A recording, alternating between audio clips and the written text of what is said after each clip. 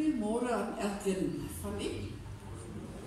Het is baie lekker om elkeen te sien. Ons is so 'n bietjie soos wydverspreide buie vanoggend, maar nou kan ek regtig omtrent elkeen in die oë kyk vanoggend. Ons gaan so lank saam sing terwyl daar nog medegelowiges by ons aansluit. Ons gaan sing uit lied 423. Kom laat ons almal vrolik voor God die Here sing. Dis een van die redes hoekom ons as gelowiges ook by mekaar kom om saam die naam van die Here ook groot te maak. Kom ons sing die eerste, tweede en die derde vers.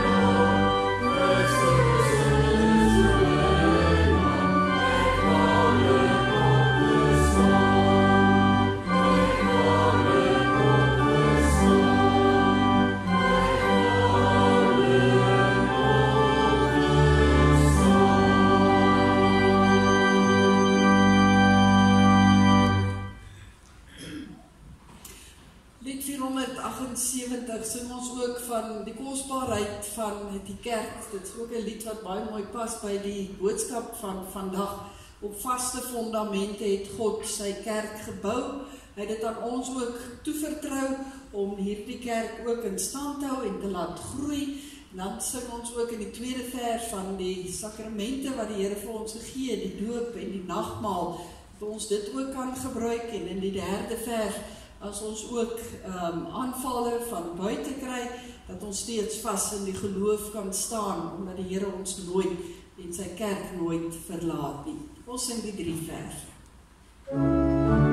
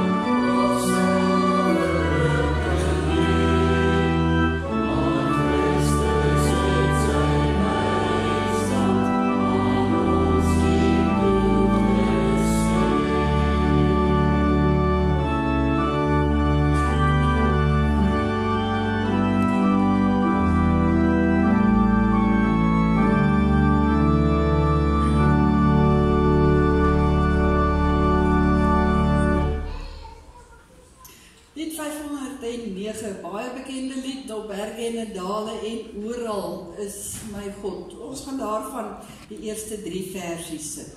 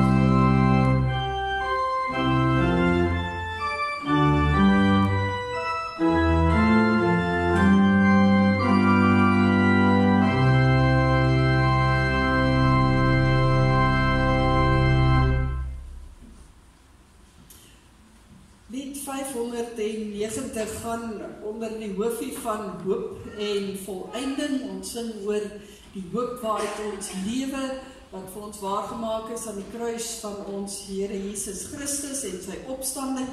En ons gaan hiervan sing die eerste en ook die tweede vers.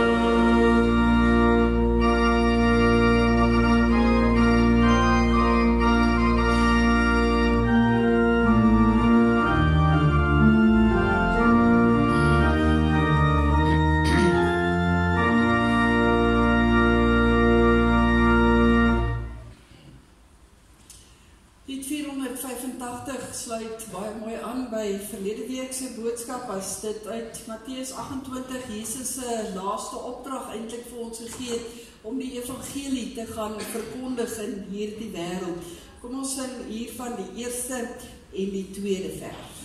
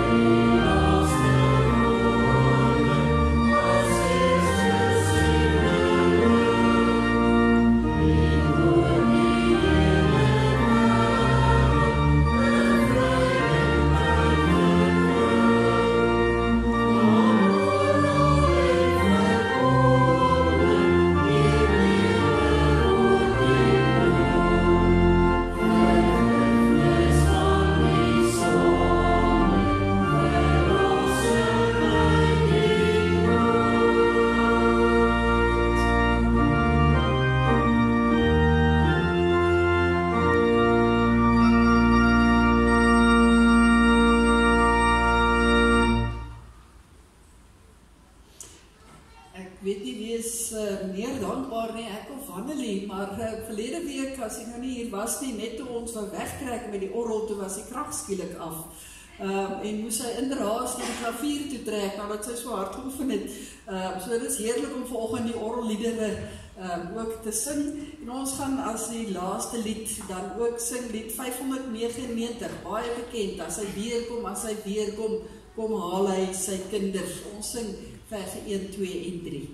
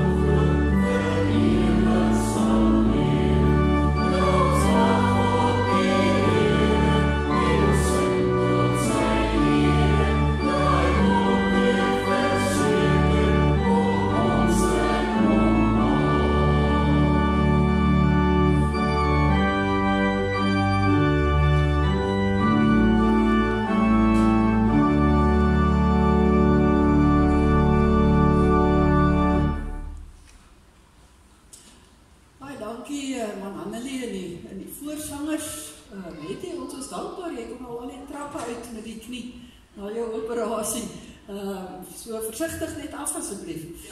Ja, dit is regtig lekker om elkeen van die te sien. Dit is so lekker as ek sien dat die kleinkinders inkom en hulle is so bly om die oupas en die oumas te sien en hulle kruip sommer hulle blaaie in. Dan verlang ons sommer dik stukke eintlik. Maar ja, dit is lekker om elkeen hier vanoggend in die huis van die Here by mekaar te hê en ons gaan saam ook die Here se aangesig opsoek.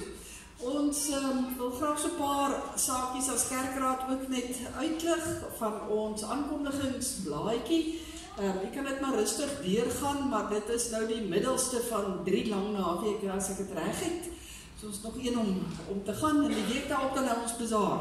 So dit is nogal, dit mag lyk of dit 'n stil tydjie in die gemeente is, maar dit is eintlik 'n baie bedrywige tyd met almal wat aldoenig is, ook met al die bazaar reëlings.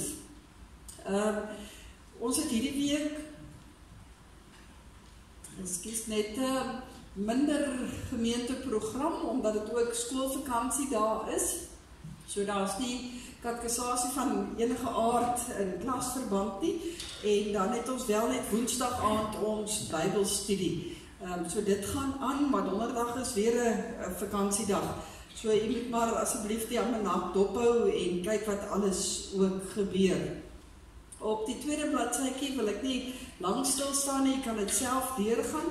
Ek kan net uitlig dat die Sondag, die 11de Mei na die bazaar, is 'n tradisionele dankdiens waar ons vir die Here dankie sê vir al sy seëninge. Ons het ook die voorreg dat Hannelise se koor van Laerskool Burgersdorp dan ook by ons gaan besoek kom aflê, om dan ook hierdie geleentheid regtig 'n lofgedeelte, 'n lofdiens te maak tot eer van die Here. Dis ook Moedersdag as ek reg onthou daardie dag. So ons sal dit so alles aan mekaar ook weef en vir die Here dankie sê vir dit alles. Dan by ons gebedsversoeke, net so een en ander. Susan Curry is geopereer aan beide haar hande. Sy sterk mooi aan, sy is ook tuis. Dan wil ek voorbring vra vir beide die Jan du Plessis, vir die junior en die senior. Junior het 'n erge bronchitis en is regtig siek, en oom Jan du Plessis, sy pa het wat hulle noem Vrydag 'n verbygaande beroerte gehad, maar dit gaan baie beter met oom Jan ook. Ek hoop hy is rustig tuis vandag. Dan wil ons ook net die naam bysit van oom Dries Cornelius, die se gesondheid ook nie goed lyk op hierdie stadium nie. Sy seun is hier by hom en hy vat hom ook saam as hy huis toe gaan aan die einde van die naweek, om ook sy pa by die hospitaal uit te kry. Dan kan ek net noem by die huise met kruise, sê oom Wim Leroux ook baie dankie. Dit gaan beter met sy dogter en sy skoondogter, maar nog nie 100% nie, so ons vra asseblief steeds u voorbidding ook vir hulle. Die res op hierdie wit blaadjie gaan ek in u hande laat om te lees. Dan het u ook so 'n blou blaadjie gekry. Verlede week was hy pink, hierdie week is hy blou. Dit is waar ons staan op hierdie stadium met ons bazaar. Die dinge val regtig wonderlik in die plek, en ons loof en ons prys die Here dat hy mense gebruik om ook so hierdie groot projek van ons jaar ook te sien. Jy kan daar nou sien wat nog kort en wat ons al alles het. As ek nou moet opsom, toe ons so deurgegaan het, ek en Christa gesê, ja, die groot tekort op hierdie stadium is koekmeel en olie en suiker. Droogpannekoek nie lekker nie. So ons sal 'n bietjie daai 3 as ons maar jy het alles hierso. So kyk gerus daarna, al die vermaak is daar. Ons het ook ingesit so 'n briefie wat ons gaan uitdeel ook by al die kleuterskole en die laerskole oor die pretstap. Maar ons het gedink om dit vir julle as gemeente ook te gee. Kyk asseblief daarna as jy wil kom saam stap. Ons het dit juist so gemaak dat 'n mens dan nog ten minste die res van die deel van die bazaar ook kan geniet. So mens kan 'n inskrywingsfooi van R20 betaal of vra 'n bietjie vir mense buite die gemeente, maar borg my. Ek sal daarom 500 meter kan maak. So dit is hier 'n veilige paadjie vliegveld toe en weer terug. Kyk asseblief ook na daai briefie. As jy hom nie gaan gebruik nie, gee hom vir iemand wat dalk fiks lyk of so iets, dat hulle hom dan gebruik. Maar dit is ook maar net een van die dinge wat ons graag wil inwerk ook by ons bazaar. Die ander vermaakdinge staan also ook op die blou briefie. Kyk asseblief daarna. As daar enige navrae is, kontak myself. Ek is altyd beskikbaar. Hierdie week is die kantoor nou Dinsdag, Woensdag en Vrydag. is hy oop, so kontak die kantoor, let net op die nuwe nommer asseblief onder op die afkondigingsblaadjie. Ons gaan stil word en dan roep ons die naam van die Here aan, en ons buig die hoofde.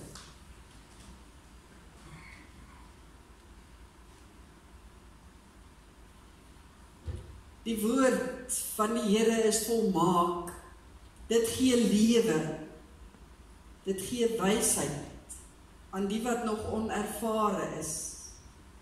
Mag wat ek sê en wat ek dink, tog vir U aanneemlik wees, Here, my rots en my verlosser. Amen. Geliefdes, genade, barmhartigheid en vrede van God die Vader, deur die Seun Jesus Christus, deur die kragtvolle en die troostvolle werk van die Heilige Gees. Ons gaan 'n vreugdelied saam sing, as ons uit Vonklied 5 gaan sing, tot eer van die Here, vreugde, vreugde, juig van vreugde, want ons Heiland het verrys. Is nog vars in ons geheue, dat verlede Sondag was die opstanding Sondag, so kom ons sing hierdie lied voluit tot eer van die Here.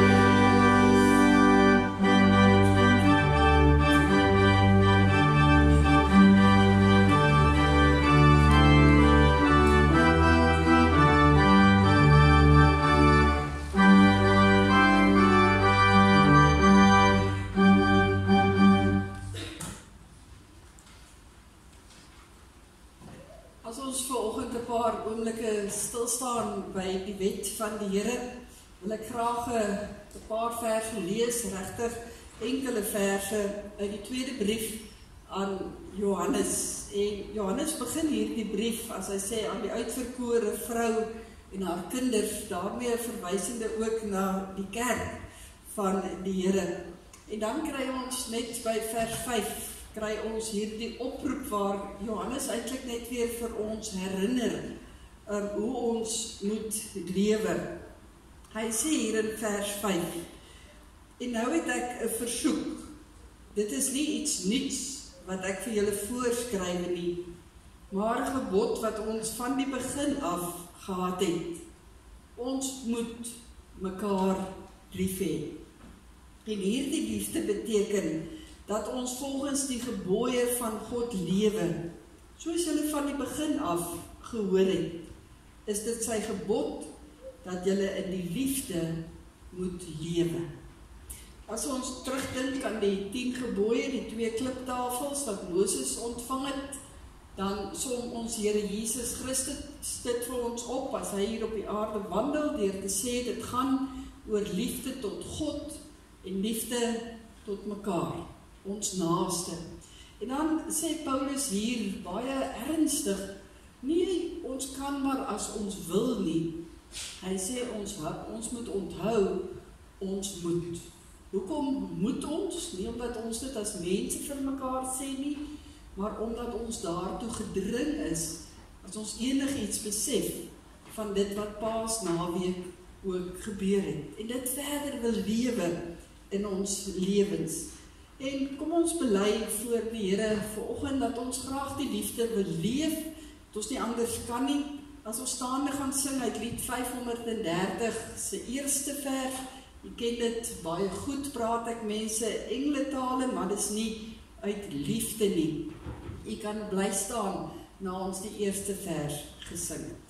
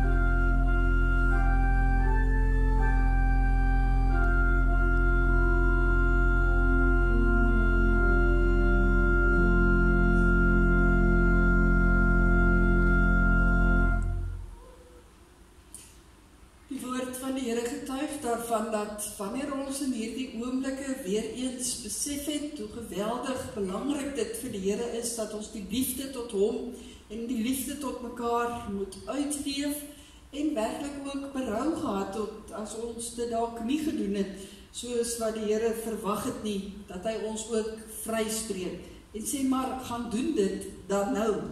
Ons lees daarvan in Titus 3 vers 7. So is ons dan deur sy genade vrygespreek en het ons erfgename geword van die ewige lewe wat ons verwag. Ons almal wil graag deel hê aan die ewige lewe, maar dan moet ons die liefde leef. As geloofsbelijdenis vanoggend kan u in u harte beaam die volgende woorde van Paulus uit Efesiërs 4. Waar hy vir ons onderstreep dit wat ons glo. As ons beaam, daar is net een liggaam en net een gees. Soos daar net een hoop is waartoe God ons geroep het. Daar is net een Here, een geloof, een doop. Een God en Vader van almal. Hy wat oor almal is, deur almal werk, en in almal woon. En as hierdie ons belydenis is, dan wil ons dit gaan leef, en daarom sing ons ook die tweede vers van lied 530, as ons danklied, en dan kan ek weer die plekke inneem. Amen.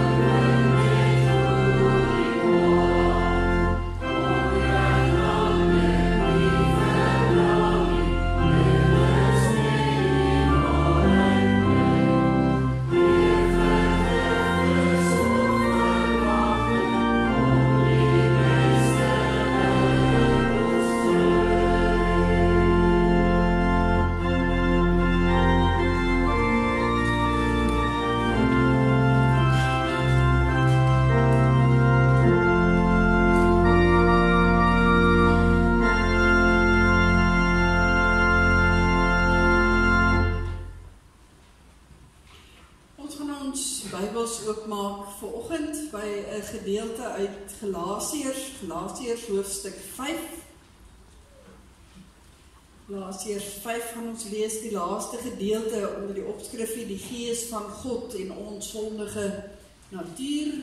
Binne die gedeelte is daar baie bekende verse.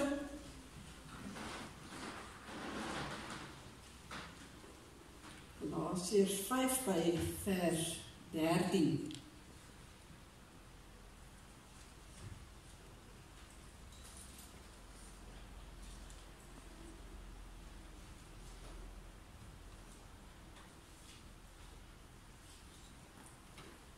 Om my voorkom of die meeste die plekkie gekry het, kom ons word so 'n paar oomblikke stil, dan bid ons saam.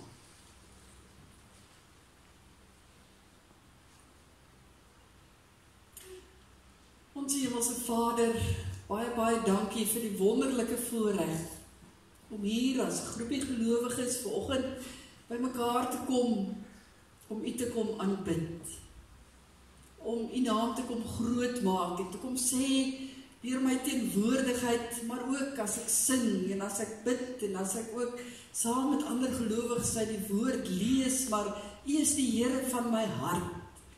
U het ek lief. U wil ek aanbid met alles wat ek het. U wil ek eer, U wil ek loof. U wil ek, Here, ook na luister, om te hoor ook wat U in my lewe inspreek. En elkeen van ons se lewens. En soos ons so pas gehoor het uit die woord, kan ons dit eintlik opsom met een woordjie, naamlik die liefde. Die wil hê ons die liefde moet leef na U toe en na mekaar. Dankie Here dat U verstaan, as ons in 'n wêreld bly waar dit soms vir ons baie moeilik is. Maar as U ook vanoggend met ons gaan praat uit U woord, gee vir ons insig, gee vir ons begrip, sodat ons ook kan verstaan dat U werklik vir ons in hierdie wêreld gesit het, juis om anders te wees, juis om voluit as U kind ook te leef, en dit vir die wêreld ook te wys. Dankie Here dat ek weet dat U Gees op hierdie oomblik vaardig is oor elkeen van ons, en dat U by die een hart sal verbygaan nie, maar dat U regtig in ons lewens wil inpraat. Maar ons bly mense, sondaar mense, wie se gedagtes so gou dwaal, wie se aandag so vinnig afgetrek word, wat so vinnig besig raak met ander dinge in ons gemoedere, dat die woord so maklik by ons verbygaan. En daarom kom pleit ons. Here, asseblief, neem ons so gevange, dat niks by ons sal verbygaan nie. Mag ons verstand, ons hart, ons wil, in hierdie oomblikke totaal en al op U rig, sodat ons kan inneem wat U met die gemeente wil deel. Spreek dan Here, elkeen van ons wil baie graag luister. Amen. Galasiërs 5 by vers 13. Julle broers, julle is tot vryheid geroep. Moet net nie julle vryheid misbruik as 'n verskoning om sonde te doen nie, maar dien mekaar in liefde. Die hele wet word in hierdie een gebod saamgevat: jy moet jou naaste lief hê soos jouself. Maar julle byt en verskeur mekaar. Pas op dat julle mekaar nie later heeltemal verslind nie. Wat ek bedoel is dit: laat julle lewe steeds deur die Gees van God beheers word. Dan sal julle nooit soeg voor begeertes van julle sondige natuur nie. Wat ons sondige natuur begeer is in stryd met wat die Gees wil, en wat die Gees wil is in stryd met wat ons sondige natuur begeer.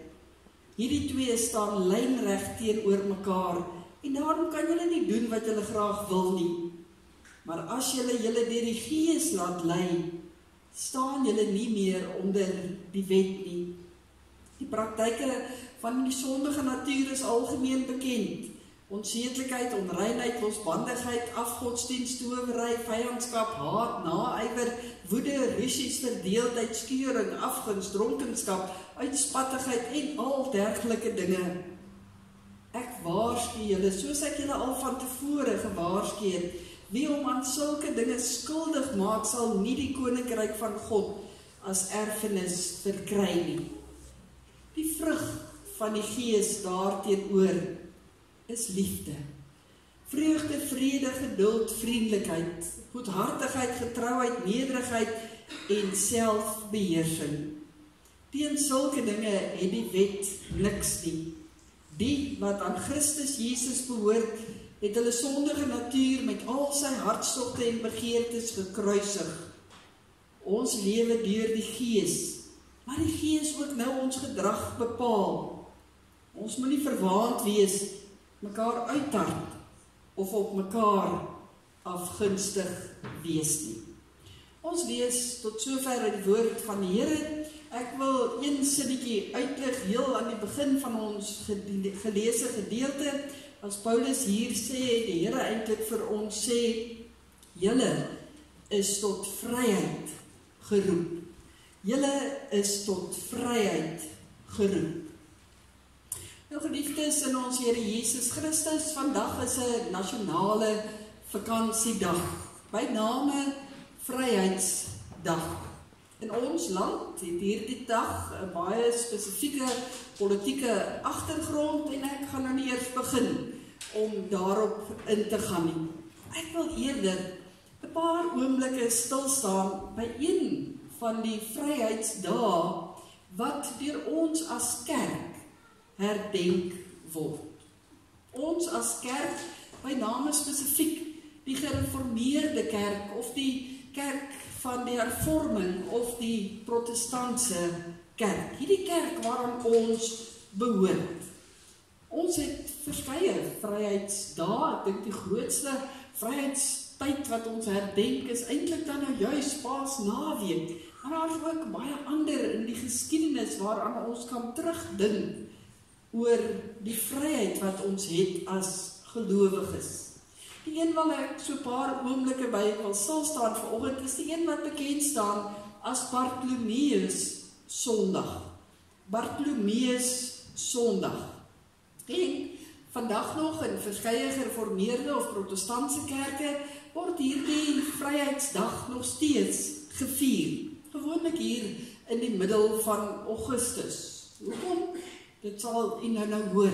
Nou is dit nogal 'n stukkie komplekse geskiedenis wat hom afgespeel het. En ek het nou regtig probeer om 'n hele stukkie geskiedenis letterlik in 'n paar woorde saam te vat. Nou wat het gebeur op Bartholomeus Sondag? Ons moet teruggaan na die jaar van 1572. Dit is nogal 'n rukkie terug.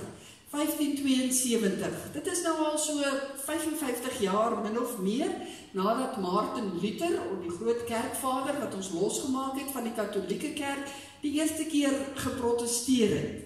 En waar die gereformeerde of die protestantse kerk, die kerk waar ons behoort, sy oorsprong te danke het.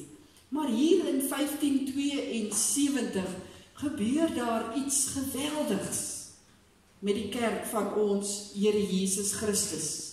In die nag van 23 en 24 Augustus. En alles begin by 'n troue. 'n Troue waarin heelwat van die protestante in Frankryk van die adel, dit was nou die hoër mense van daardie tyd, genooi was om daardie huwelik ook by te woon. Nou in Parys, daar in Frankryk, was daar op hierdie stadium nog 'n meerderheid, by verre 'n meerderheid, as dit nou net 55 jaar na Martin Luther is, kan jy dink dat die protestantse kerk nog besig is om te groei, so die meerderheid is nog katholiek. En daar is een gereformeerde persoon, of hervormer, of 'n protestant, wat ons hom ook al wil noem, by name Gaspar de Coligny. Ek wonder nogal of Coligny sy naam daarvandaan gekry het. Maar hy was een van die sterk leiers van die protestante in daardie tyd gewees. En die gemoedere was nou nie meer so lekker daar in Frankryk en in Parys daar is tussen die protestante en die katholieke nie. En daar is 'n dame met die naam Catharina de Medici. Sy was die koninginsmoeder, baie streng katholiek. Maar haar seun, wat koning is op daardie stadium, het 'n baie goeie verhouding met hierdie de Coligny. En sy is bekommerd hieroor. Sy is bekommerd dat hierdie de Coligny dalk so invloed op haar seun kan hê, dat hy ook dalk 'n hervormer, of 'n protestant, of 'n gereformeerde kan word. En sy torn aan haar seun. Charles was sy naam, nog ons snaaks vir 'n Fransman, maar dit was sy naam gewees, die 9de. En sy karring so aan hom, dat hy naderhand swig onder haar invloed. En hierdie verskriklike bevel uiteindelik gee, en die presiese woorde daarvan verskil in die verskeie bronne, maar dit kom daarop neer, dat hy eintlik op daardie nag, daar by die huwelik sê, alle protestante kan doodgemaak word. Net daar en dan. En hier vaar die katholieke in die strate in, en voor die voet word alle protestante vermoor. De Coligny was een van die eerstes wat vermoor word. En hulle reken net in daardie nag en die volgende dag is daar tussen 2000 en 3000 protestante in Parys alleenlik doodgemaak, omdat hulle geglo in die vryheid van hulle geloof. In die daaropeenvolgende maande en dan ook vir baie jare sou dit versprei oor die res van Frankryk. Eers in 1596 sou daar 'n einde kom aan hierdie geweld toe die edik van Nantes uitgeroep word. Maar die meeste bronne is dit eens dat daar in daardie jare tot 70.000 mense hulle lewe verloor het, omdat hulle vrylik wou glo in ons Here Jesus Christus. Hulle sê die protestante het gedaal in Frankryk van 30% na 10%. Hoekom? Want hier was Christene, mense soos ons, wat onwrikbaar in die vryheid van hulle geloof geglo het. Christene wat openlik bely het dat Christus die enigste weg tot verlossing is. Dat hulle nie kan vereenselwig met wat die katholieke kerk in daardie tyd verkondig het, dat 'n mens deur Maria, of via die paus, of wat ook al, of deur vir jou sonde te betaal fisies met rand en sent nie, jou so kon vrymaak nie. Nee, hierdie Christene, hierdie protestante, gereformeerdes, hervormers, hulle word vermoor omdat hulle net vry wil glo en wil sê, hulle glo in Jesus Christus. En dis die opvallende eintlik van hierdie geskiedenis van Bartholomeus Sondag, dat hierdie mense daaraan bly vashou het, ten spyte daarvan van hierdie bedreiging, dat tot selfs hulle lewe aan 'n draadjie gehang het, dat hulle nog steeds bly getuig het. En die geloof is hulle vry. En die geloof is hulle vry. 'n Vryheid wat absoluut gegrond was op 'n persoonlike geloofsverhouding wat hulle gehad het met Jesus Christus. 'n Vryheid wat nie afhanklik was van bloeddorstige Franse owerheid in daardie tyd nie. Al was hulle fisies in 'n leefwêreld waar hulle eintlik totaal en al onvry was, as ek die woord so kan gebruik. Onvry om hulle geloof uit te leef, onvry om Christus vrylik te kan aanbid, waar en wanneer hulle wou, het hulle self nog steeds vry genoem, omdat hulle in Jesus Christus kon glo. Het hulle self nog steeds as vry beskou. Vry soos wat ons vanoggend hier is. Vry om hier by mekaar te kom om Christus te aanbid in ons eie taal, saam met ons eie mense. Vry om hierdie woord saam te bring, openlik rond te dra. Vry in die geloof. Hierdie mense was in 'n situasie onvry, maar hulle het sterk bly staan teen die vervolging, teen die teenkanting van dit wat hulle geglo het. Iets wat Paulus ook vir ons uitlig hier in Galasiërs 5 en veral dan vers 13. 'n gedeelte waarin ek glo die gelowiges van Bartolomeus Sondag aan vasgehou het en waaraan ons elke oomblik kan vashou. As Paulus vir ons herinner, onthou, julle is tot vryheid geroep.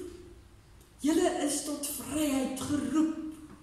Ek dink ons kan 3 dinge oor hierdie sinnetjie eintlik sê. 3 punte wat ons hier kan uitlig.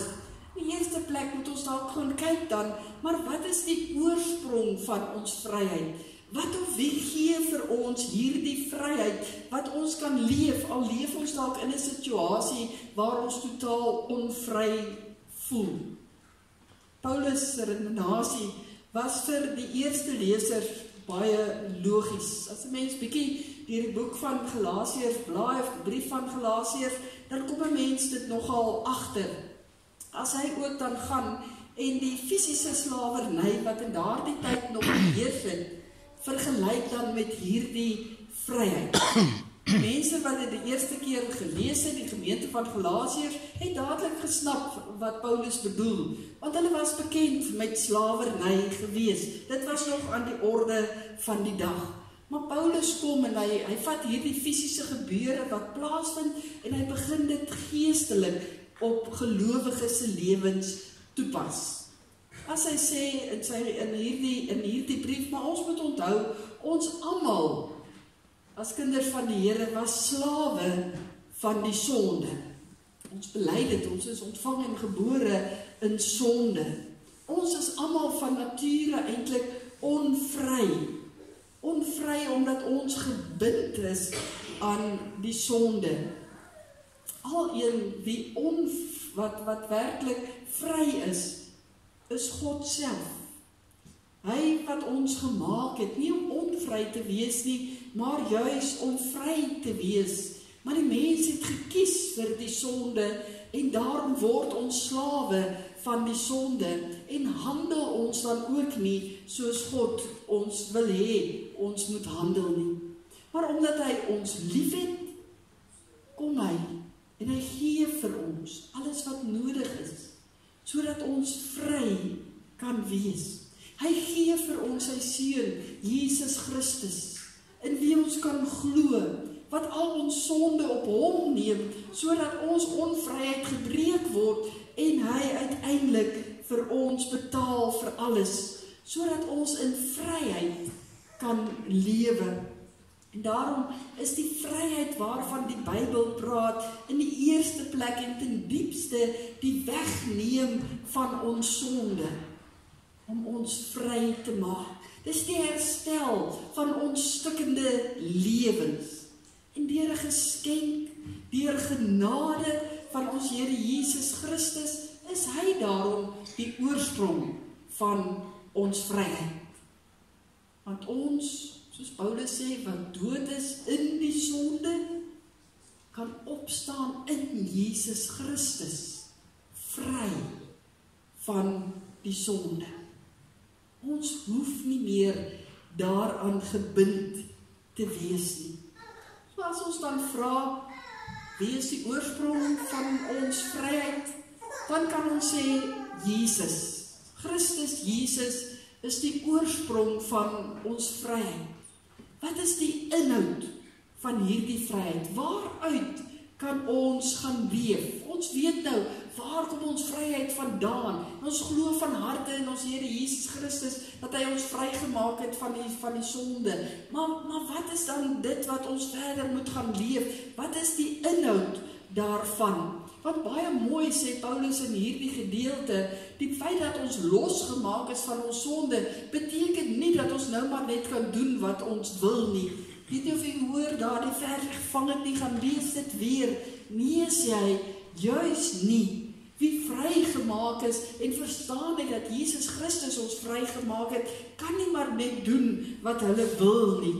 Hierdie vryheid wat ons bied, is nie 'n vryheid van willekeur, wat ons nou maar ons eie lewens in ons eie hande kan neem nie. Nee, die inhoud van hierdie vryheid wat ons kry, is ook vir ons waargemaak in die persoon van Jesus Christus. Waar hy homself onvoorwaardelik aan die kruis gegee. En dan is Paulus se redenasie en sê die Here eintlik vir ons, maar as ons dit doen, as ons glo dat Jesus die oorsprong is van ons vryheid, dan is die inhoud van ons vryheid ook Jesus Christus.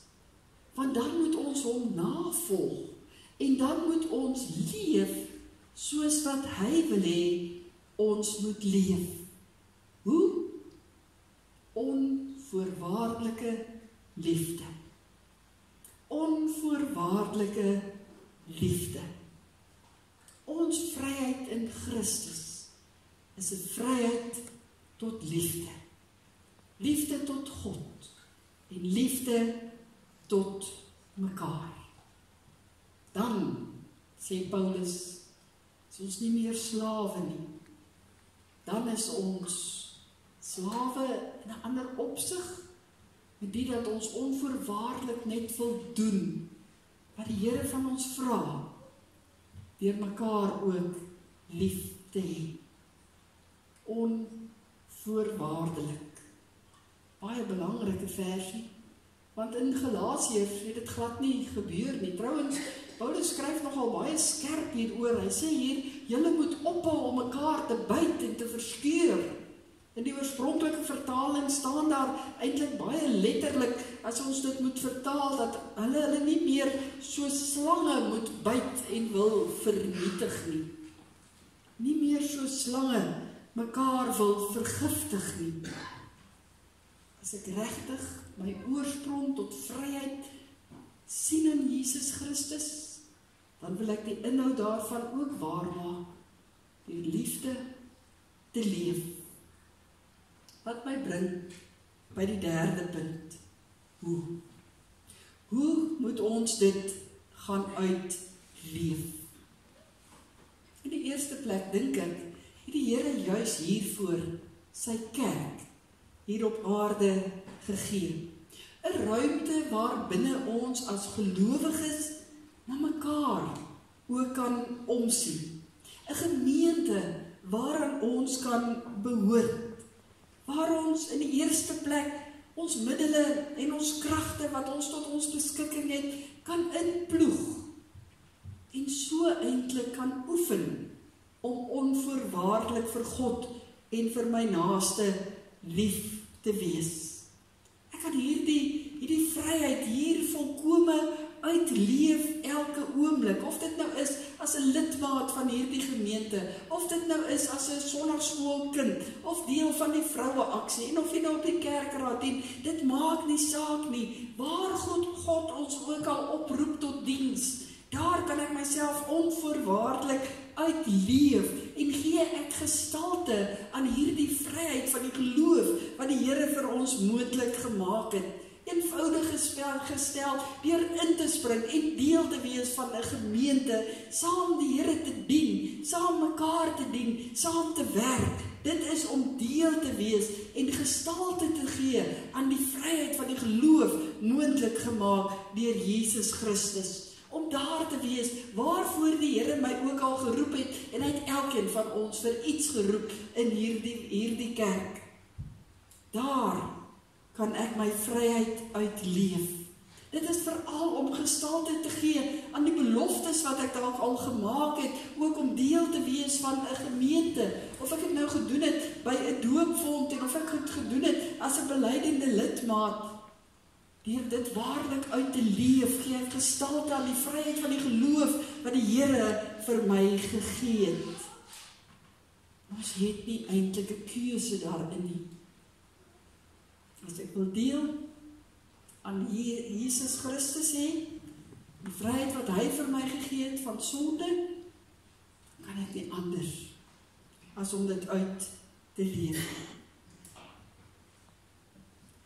Ek dink dat u met my sal saamstem, dat ons in 'n tyd leef waar baie van ons vryhede van ons af weggeneem word. As ons eerlik daaroor wil wees, wat hoor ons in ons daaglikse handel en wandel? Waaroor praat ons so gereeld met mekaar? Ons gesprekke gaan merendeel oor dit wat ons besig is om te verloor, of dit wat ons selfs al voel ons klaar verloor het, waar ons onvry voel eintlik in hierdie wêreld. Daar's mense tussen ons wat hulle werke verloor of net nie werk het nie. Ons kla oor die toestand van ons skole, oor ons taal, oor die ekonomie, ons fisiese vryheid wat eintlik ingeperk word deur al die geweld wat rondom ons plaasvind. En ons staan en ons voel baie keer so magteloos, so totaal en al onvry binne hierdie wêreld waar binne ons leef. Ons voel eintlik naderhand in Paulus se terme dat ons eintlik maar net slawe is om binne in hierdie wêreld maar net voor te ploeter en te oorleef. Maar dis juis wat die Here vanoggend wil aanspreek as hy vir ons kom sê, maar onthou, julle is tot vryheid geroep. En dit wil weer in ons harte net wakker maak, maar waak teen die gesindheid, dat jy dalk ook die vryheid in die geloof dalk verloor. Onthou weer, in die geloof is jy vry. En waak daarteen dat jy nie ophou om dit te leef nie. Ons moet dit voluit leef elke dag van ons lewe. Dis wat Paulus en dis wat die Here vir ons wil kom sê in hierdie sinnetjie. Ek is vry in Jesus Christus. Daardie gelowiges in Frankryk, wie se lewe fisies bedreig was, het gesê, nogtans in Jesus Christus is ek vry, al staan die persoon met die swaard voor my. In vryheid in Jesus Christus het hulle mekaar steeds gedien, het hulle steeds die kerk van ons Here Jesus Christus probeer uitbrei, deur te vertel, het hulle dit bly leef. En al is ons vanoggend dalk hoe onvry binne die wêreld waar ons leef, kry ons hierdie oproep.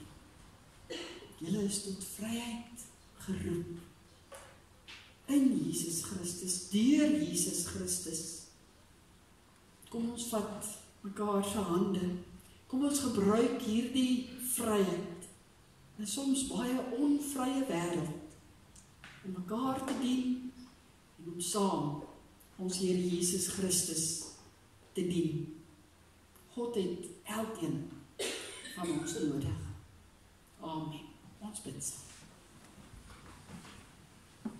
Ons Hemelse Vader, Here, op hierdie dag, waar ons land Vryheidsdag vir 'n spesifieke rede vier, Here, kyk ons as Christene vanoggend na die vryheid wat ons het, moontlik gemaak deur U.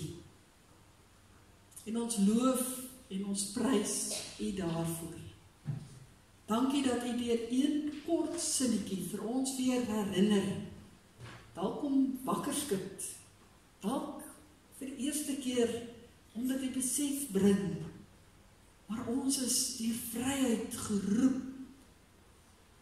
Ons kan ons geloof leef, omdat U, Jesus Christus, die oorsprong daarvan is, maar ook die inhoud.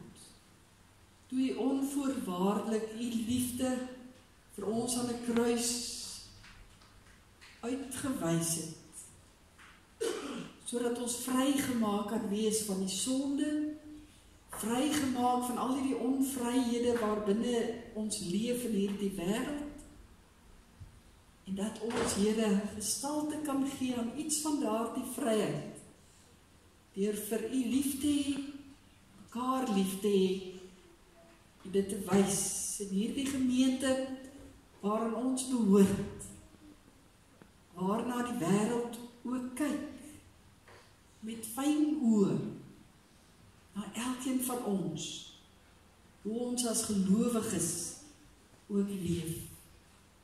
Gee vir ons, Here, die gees van vryheid, om te vertel van die evangelie, om dit te leef en sigbaar te maak, waar ons ook al beweeg, maar ook as ons saam as gemeente is. Dankie Here, dat al is daar vanoggend mense aan wie ons dink, wat die onvryheid beleef deur vasgeketting te wees, deur siekte, deur bekommernis en sorge, ons steeds vir hulle kan bid, en dat ons kan dankie sê, dat ons kan weet, dat hulle ook in hulle gemoedere kan weet, hulle is die fisiese inperking daar, is hulle gees vry, om U te aanbid. Here, seën vir ons as gemeente in 'n week wat kom, want daar baie van ons mense ook weg is, wil U asseblief almal behoed en bewaar. Here, waar ons as gemeente op pad is, om saam ook besaar te hou, en ons opgewonde is daaroor, om as gelowiges ook saam te werk. Mag dit ook deur U elke oomblik geseën word. En dankie vir elkeen wat U oproep, om ook so deel by te dra. Seën vir ons, Here, gaan met ons, gee dat ons vryheid en ons geloof sal leef. Amen. Daar is geleentheid om die Here te vereer met 'n offergawe.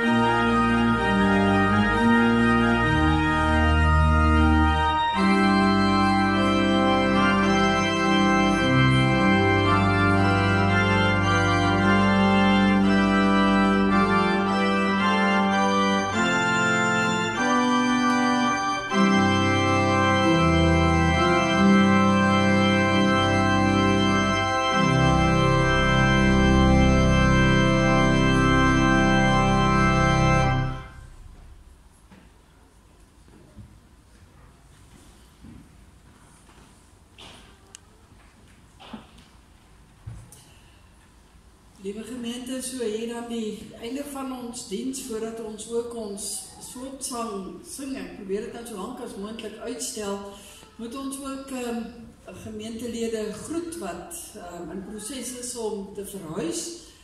Johan en Rita Maritz, ja, die trek is eintlik al redelik weg, dink ek. Maar ja, ons moet nou vir hulle groet. Rita, hulle gaan Pretoria by die kinderfees. Johan gaan nog so 'n bietjie hier in die rond te wees. Sy nog met die werk hier besig is. Ons hoop om julle nog gereeld te sien. Rita, maar ons wil ook sê baie dankie.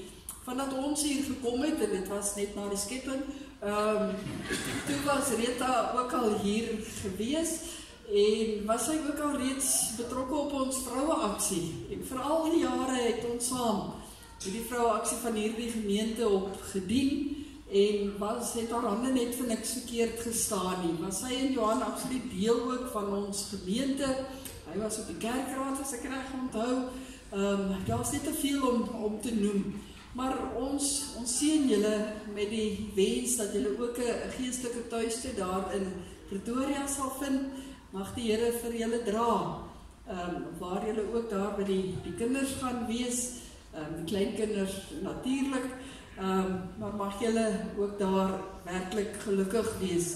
En baie, baie dankie vir alles wat julle in hierdie gemeente ook ingeploeg het. Dan groet ons ook vir Elisabeth van der Linden. Sy is ook besig om te verhuis. Ek dink die trek gaan oor hierdie naweek. Sy het gesê voor die 1 Mei en dit is in die week as ek reg onthou. So sy gaan Katoo se kant toe as ek reg onthou. So ons groet ook vir hulle. Dit is hartseer, maar ons gun julle 'n nuwe fase in julle lewe. Ons gaan sluit deur saam te sing uit lied 4. Dis ook 'n lied wat in ons liedboek is, bring lof aan die Vader, verheerlik die Seun, vir liefde, genade, verlossing en steun. Maar dan gaan ons ook sing die 3de vers, daar's lewe vir almal, wat kom na die lig, deur liefde en waarheid, lewens laat rig, en dan mooi, om vry soos die wind, maar gehoorsaam te wees, bring vir ons vreugde. Kom ons sing staande die 2 verse saam.